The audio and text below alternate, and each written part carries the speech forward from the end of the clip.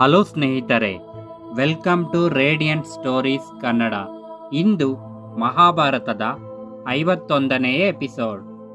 ದುರ್ಯೋಧನನು ಪಾಂಡವರ ಸಮಸ್ತ ಐಶ್ವರ್ಯವು ತನ್ನದಾಗಬೇಕೆಂದು, ಇದು ಸಾಧ್ಯವಾಗುವವರೆಗೂ ತಾನು ಸುಖವಾಗಿರಲಾರೆ ಎಂದು ಶಕುನಿಗೆ ಹೇಳಿದಾಗ, ಶಕುನಿಯು ಅದನ್ನು ನೆರವೇರಿಸಲು ಧೃತರಾಷ್ಟ್ರನ ಬಳಿಗೆ ಹೋಗಿ, ನಿನ್ನ ಮಗ ಬಯಸುವುದನ್ನು ಕೊಡಲು ಪಗಡೆಯ ಆಟ ಒಂದೇ ಮಾರ್ಗ.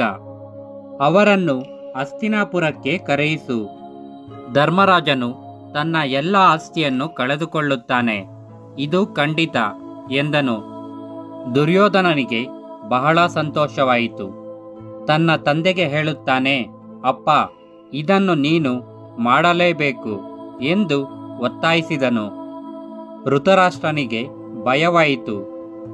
ಆಗ ಧೃತರಾಷ್ಟ್ರನು, ಮಂತ್ರಿಗಳು ಒಪ್ಪುತ್ತಾರೋ ಇಲ್ಲವೋ, ಅವರುಗಳ ಸಲಹೆಯನ್ನು ಕೇಳೋಣ ಎನ್ನಲು, ದುರ್ಯೋಧನನು ವಿದುರ ಮುಂತಾದ ಮಂತ್ರಿಗಳು ಇದನ್ನು ಒಪ್ಪುವುದಿಲ್ಲವೆಂದು ಗೊತ್ತೇ ಇದೆ. ನೀನು ಅವರೊಂದಿಗೆ ಪರ್ಯಾಲೋಚಿಸಿ ಅನಂತರ ನನಗೆ ಈ ಬಗೆಯ ಪಾಪ ಚಿಂತನೆಯನ್ನು ಮಾಡಬೇಡವೆಂದು ಬುದ್ಧಿವಾದ ಹೇಳಲು ತೊಡಗಿದರೆ ನಾನು ಸಾಯುತ್ತೇನೆ, ಇದು ಖಂಡಿತ. ಅನಂತರ ನೀನು ಧರ್ಮಾವತಾರನಾದ ಆ ನಿನ್ನ ಧರ್ಮರಾಜನೊಂದಿಗೆ ಇನ್ನೊಬ್ಬ ಧರ್ಮಾವತಾರನಾದ ಆ ನಿನ್ನ ವಿದುರನೊಂದಿಗೆ ಸುಖವಾಗಿರಬಹುದು. ನನ್ನನ್ನಂತೂ ಮರೆತು ಬಿಡು ಎಂದನು. ಧೃತರಾಷ್ಟ್ರನು ಒಪ್ಪಲೇಬೇಕಾಯಿತು. ಆಗಲಿ, ನಾನು ಯಾರನ್ನೂ ಕೇಳುವುದಿಲ್ಲ. ಶಕುನಿ, ಹೋಗು, ಶಿಲ್ಪಿಗಳನ್ನು ಕರೆಸಿ ಹಸ್ತಿನಾಪುರದ ಹೊರಗೆ ಸುಂದರವಾದ ಸಭೆಯೊಂದನ್ನು ಕಟ್ಟಿಸು. ನಂತರ ಈ ಸಭೆಯನ್ನು ನೋಡಲು ಬನ್ನಿ ಎಂದು ಪಾಂಡವರನ್ನು ಕರೆಯಬಹುದು. ಆಗ ಅವರೊಡನೆ ಪಗಡೆ ಆಡಬಹುದು. ಎಲ್ಲವನ್ನೂ ನೀನೇ ನೋಡಿಕೋ ಎಂದನು. ಅವರಿಗೆ ಬೇಕಾಗಿದ್ದಿದ್ದು ಇದೆ. ಸಂತೋಷದಿಂದ ಇಬ್ಬರು ಹೊರಟು ಹೋದರು. ಸಭೆಯ ನಿರ್ಮಾಣ ಆರಂಭವಾಯಿತು. ಸುದ್ದಿಯನ್ನು ಕೇಳಿದ ವಿದುರನು ಬಂದು, ಏನಿದು, ಊರ ಹೊರಗೆ ಸಭೆ ಕಟ್ಟಿಸುತ್ತಿದ್ದೀಯಂತೆ? ಪಾಂಡವರನ್ನು ಇದ್ದಕ್ಕಿದ್ದ ಹಾಗೆ ಕರೆಸಿ ಸತ್ಕರಿಸುವ ಕಾರಣವೇನು?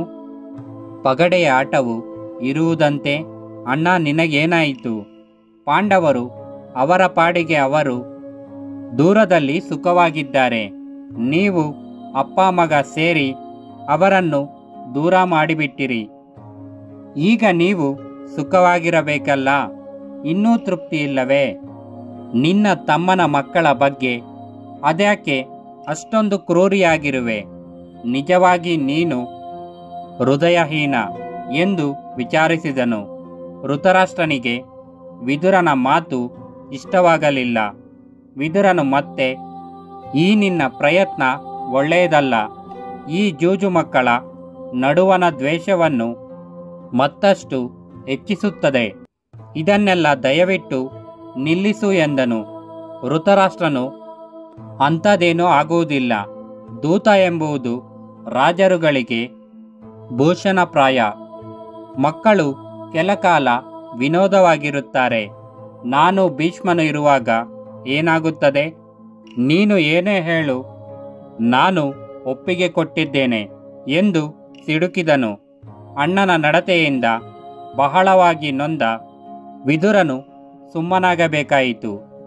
ರಾಜನು ತನ್ನನ್ನು ತನ್ನ ಮಕ್ಕಳನ್ನು ತಾನೇ ನಾಶಪಡಿಸಲು ಹೊರಟಿರುವಂತೆ ಕಂಡಿತು.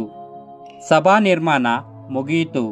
ದುರ್ಯೋಧನನಿಗಿಂತ ಧೃತರಾಷ್ಟ್ರನೇ ಸಂತೋಷದಿಂದ ಉದ್ರಿಕ್ತನಾಗಿರುವಂತೆ ತೋರಿತು.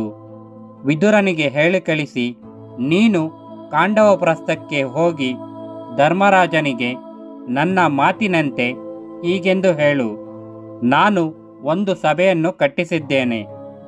ಮಾಯನು ನಿನಗಾಗಿ ಒಂದು ಸಭೆಯನ್ನು ಕಟ್ಟಿಕೊಟ್ಟಿರುವನೆಂದು ಕೇಳಿದೆ. ಬಂದು ನಾನು ಕಟ್ಟಿರುವ ಸಭೆಯನ್ನು ನೋಡು. ನನ್ನೊಡನೆ ನೀನು ಕೆಲವು ದಿನಗಳಿರಬೇಕೆಂದು ನನ್ನ ಅಪೇಕ್ಷೆ. ನಿನಗಿಷ್ಟವಾದ ಪಗಡೆಯಾಟ ಆಡುತ್ತಾ ವಿನೋದವಾಗಿರಬಹುದು. ಧರ್ಮರಾಜನು ನನ್ನ ಮಾತನ್ನು ತೆಗೆದುಹಾಕುವುದಿಲ್ಲ. ಅವನನ್ನು ಆದಷ್ಟು ಬೇಗ ಕರೆದುಕೊಂಡು ಬಾ ಎಂದನು. ವಿದುರನು ದುರಂತವನ್ನು ತಪ್ಪಿಸುವ ಮತ್ತೊಂದು ಪ್ರಯತ್ನವನ್ನು ಮಾಡಿದನಾದರೂ ಯಶಸ್ವಿ ಆಗಲಿಲ್ಲ. ಧೃತರಾಷ್ಟ್ರನದು ಒಂದೇ ಹಠ.